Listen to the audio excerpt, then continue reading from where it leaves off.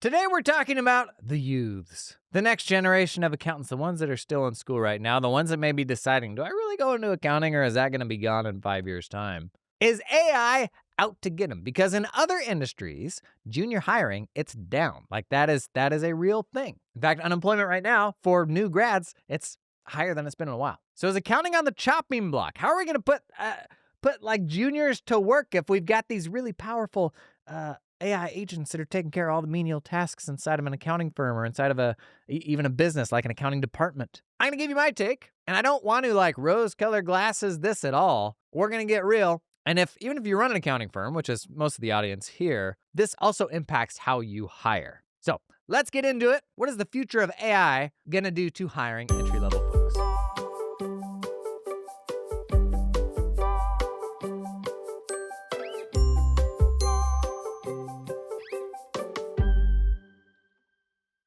Now, the first thing to look at is like the data. What do the data tell us? I can tell you right now, like if you're new here, welcome. The vast majority of the people that listen to this podcast run small accounting firms. So accounting firms, 10 million a year in revenue or under, and every single one of them are absolutely clamoring for good accounting hires. They need more big hot accounting bodies in chairs doing accounting work because there are more businesses out in the world than accounting firms can possibly serve. So the best data we have is what is reality right now. And reality is accountants are still very, very much in demand.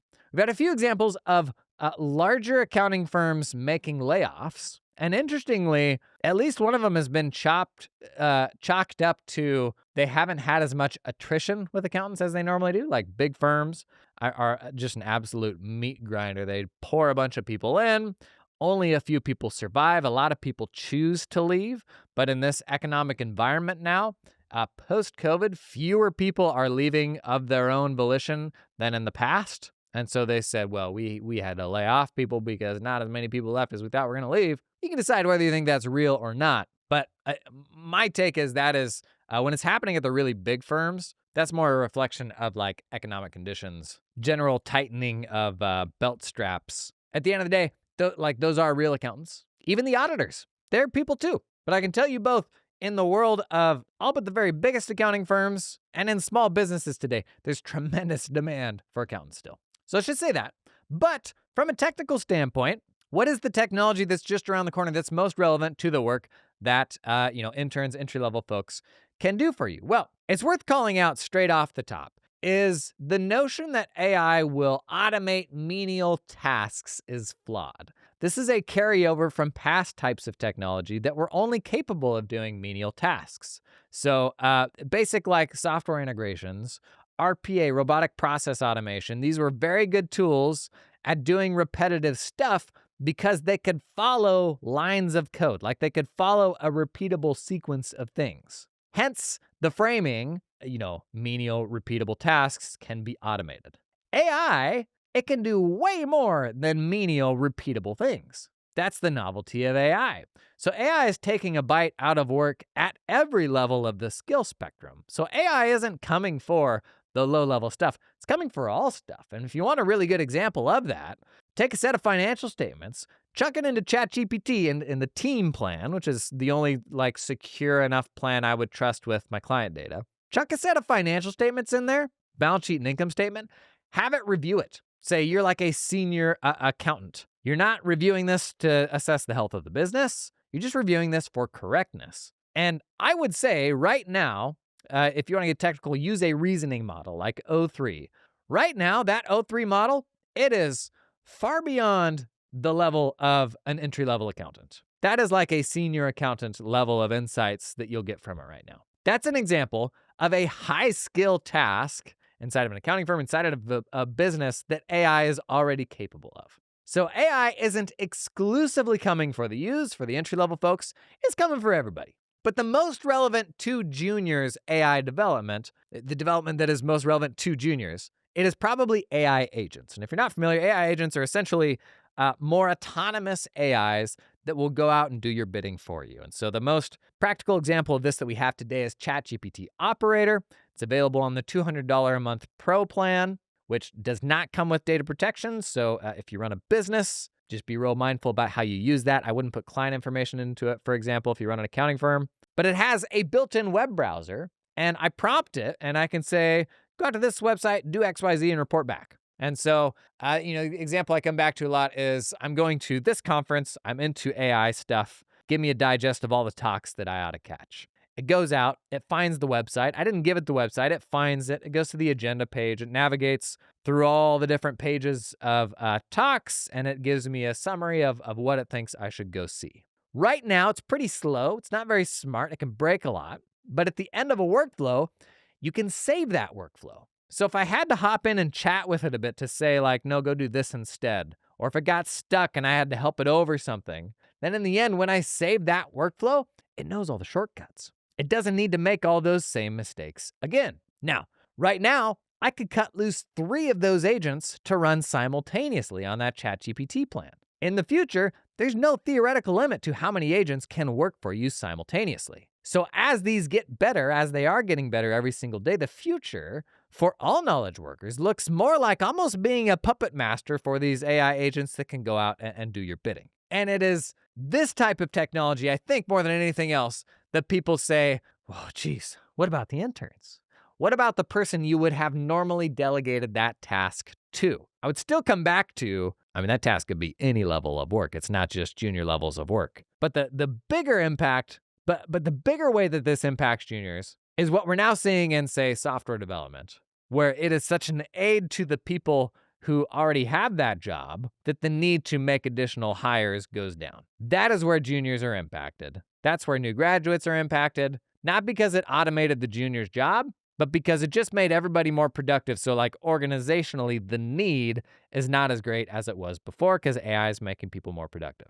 Now, if you want a big juicy counter argument to why juniors still have a very important role to play in the future of not only accounting, but any industry, is getting organizations to adopt AI right now and use tools like ChatGPT is like pulling teeth. A lot of concerns still around security, which frankly are misguided. For over a year now, well over a year, we've had perfectly secure ways to use AI in our businesses. The problem with change management of all kinds, it's 2 things.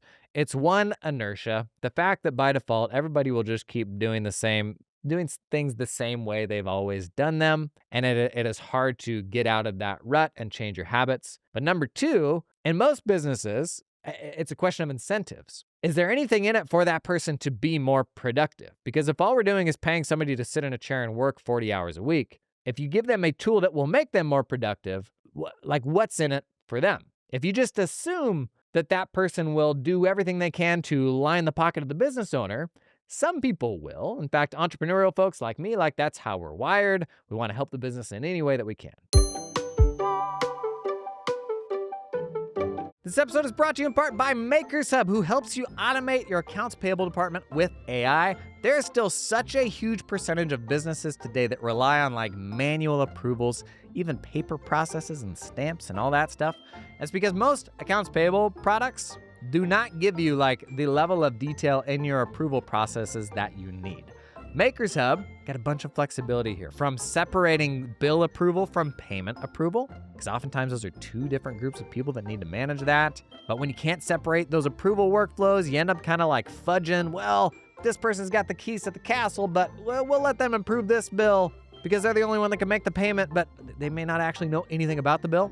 By separating out your bill approvals and your payment approvals, but also being able to drive these workflows based on any little fiddly item on the bill. This is where they're using AI vision models and large language models to extract better information from bills than we've ever had before. By having that flexibility then in the approval process, we are saving loads of time by using AI to automate extraction and then having a greater level of control over approvals. Super powerful tool, Makershub, would have helped so many of my clients that had hairy, ugly AP workflows. To learn more about that one, check out the link down in the show notes.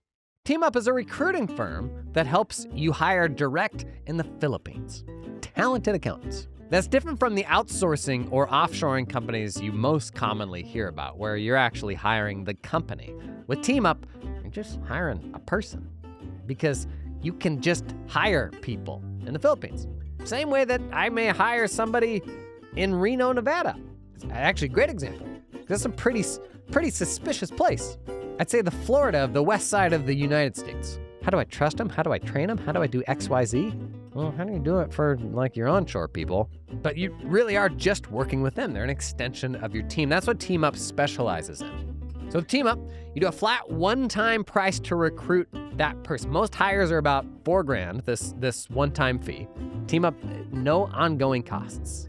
Most offshoring groups, about half of what you're paying is actually going to the company, not to the person. TeamUp even has a guarantee. If that hire wasn't a fit for the role that you put them into in the first 6 months, TeamUp will find you a replacement at no cost. Does Indeed do that? They don't do that.